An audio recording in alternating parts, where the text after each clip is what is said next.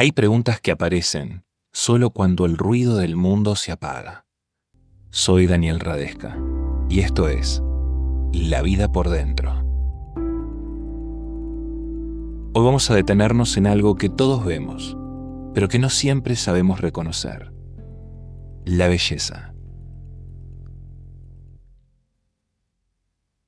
Les cuento, para aquellos que nunca hayan venido a mi consultorio, que afuera hay un pasillo bastante tranquilo que atraviesa la clínica, y en una de las paredes, una pared relativamente rústica con ladrillos a la vista colocados de una forma decorativa, hay un espejo grande. No es un espejo muy elegante, digamos, pero está colocado justo en el lugar donde todas las personas que asisten deben pasar al momento de salir. Con el tiempo he empezado a notar algo curioso. Algunos pacientes, cuando terminan la sesión, se detienen como un segundo y se miran un poco. A veces se acomodan un poco el pelo, a veces observan su rostro, como si quisieran confirmar algo. Sin embargo, hay otros que yo diría que lo esquivan deliberadamente. Salen del consultorio, atraviesan el pasillo y pasan enfrente a este espejo sin mirarlo, como si ese rectángulo de vidrio no existiera. Podríamos decir que algunos quizás no lo notan o están distraídos, pero yo noto que hay en muchos de ellos un gesto pequeño, casi invisible, que dice mucho, porque el rostro no es lo que se ve, es, de alguna manera difícil de explicar, la forma más cercana que tenemos nosotros de encontrarnos con alguien. No como imagen, sino como presencia. Les confieso que algunas mañanas, cuando llego temprano y el pasillo todavía está en silencio, yo mismo me detengo frente al espejo. Ojo, no lo hago por vanidad, más bien por una especie de curiosidad tranquila, ya que el espejo devuelve una imagen que uno reconoce, pero que no siempre mira con verdadera atención. A veces uno apenas pasa frente a este espejo, pero otras veces la mirada se queda unos segundos más, como si de repente apareciera una pregunta silenciosa. ¿Quién es exactamente la persona que me está mirando desde ahí?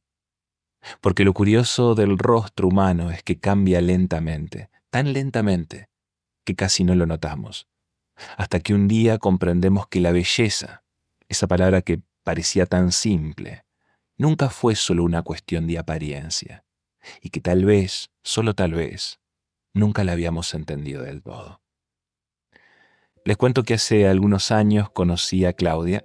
Tenía 48 años y llegó a la consulta con una frase que es muy concreta y elegí escribirla porque me pareció muy útil. Y dice: siento que me estoy volviendo invisible. Les cuento que Claudia era cirujana, inteligente, irónica, muy observadora del mundo, y durante gran parte de su vida había sido considerada una mujer muy atractiva. Ojo, no era porque ella lo proclamara, sino porque el entorno se lo había recordado constantemente. Quizás ella se refería a cosas más sutiles, miradas en la calle, comentarios en reuniones, esa atención sutil que muchas mujeres conocen muy bien. Pero a lo largo del tiempo algo empezó a cambiar, especialmente en los últimos años. Algo se fue desplazando. Los mozos ya no le sostenían la mirada de la misma manera. En las reuniones sociales las conversaciones empezaban a girar hacia otras personas más jóvenes. Y como ella decía, las vitrinas de las tiendas parecían hablarle a otra generación. Así que un día, mientras caminaba por una calle que estaba muy transitada, tuve una sensación extraña. Y me dijo: es como si el mundo hubiera dejado de mirarme. No dijo esto con enojo, lo dijo con sorpresa. Incluso durante un tiempo intentó compensarlo. Cambió la forma de vestir, probó unos tratamientos estéticos nuevos, se miraba y miraba su rostro con una atención que ella la definía como casi clínica, ¿no? Pero esa inquietud, esta cosa interna no desaparecía, porque el problema no era exactamente una arruga, era otra cosa. Era esa sensación de que algo profundo estaba cambiando.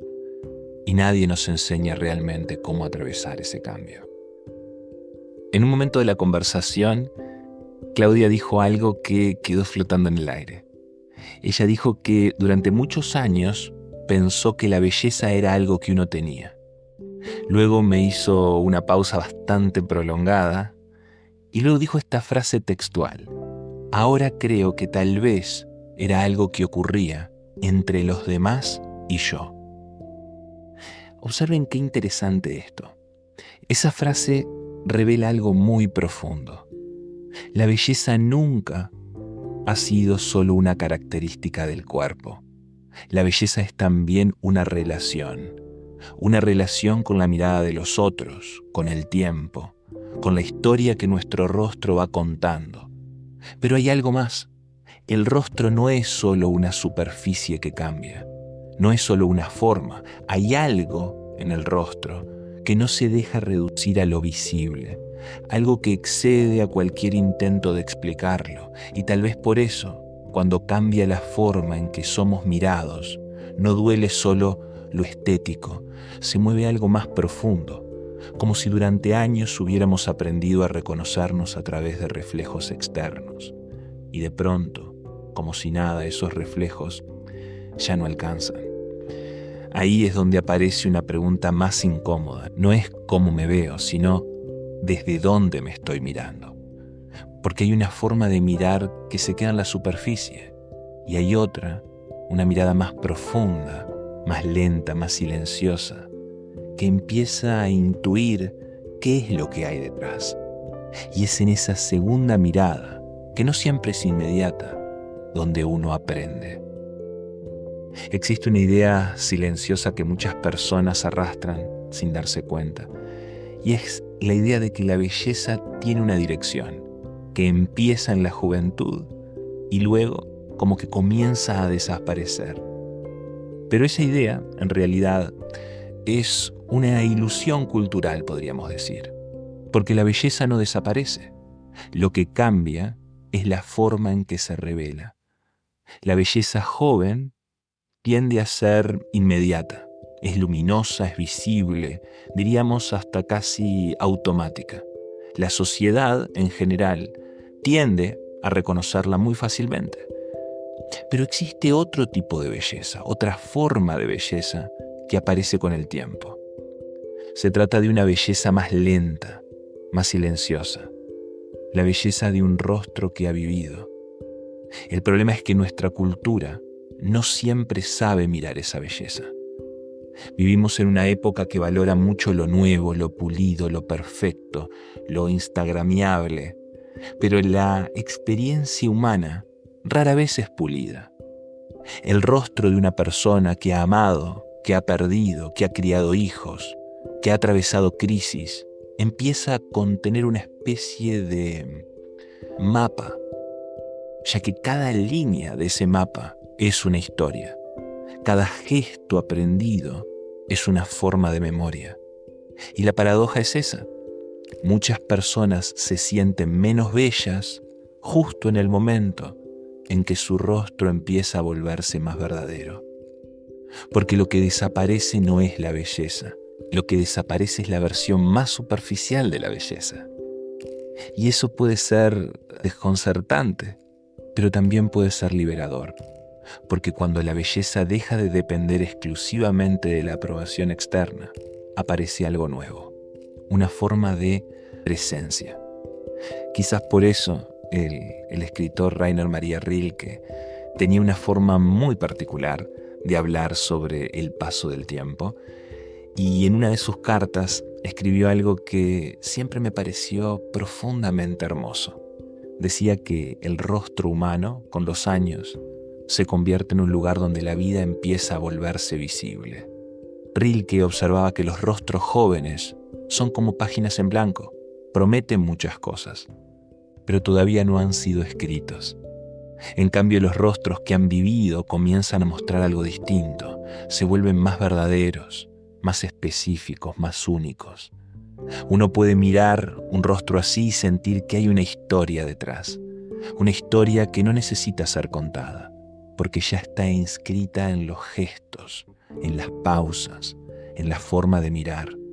Quizás por eso cuando Rilke hablaba de la madurez, no la describía como una pérdida, la describía como una forma más profunda de estar en el mundo, como si el tiempo, en lugar de borrar la belleza, simplemente la estuviera escribiendo de otra manera. Los invito a imaginar por un momento una casa nueva. Las paredes están intactas, los muebles recién colocados, el jardín todavía no ha crecido. Es una casa hermosa de revista, pero todavía no tiene historia. Es así que con el paso del tiempo empiezan a aparecer pequeñas marcas. Una mesa con un rasguño, producto de escenas largas. Una puerta que se abre con un sonido en particular.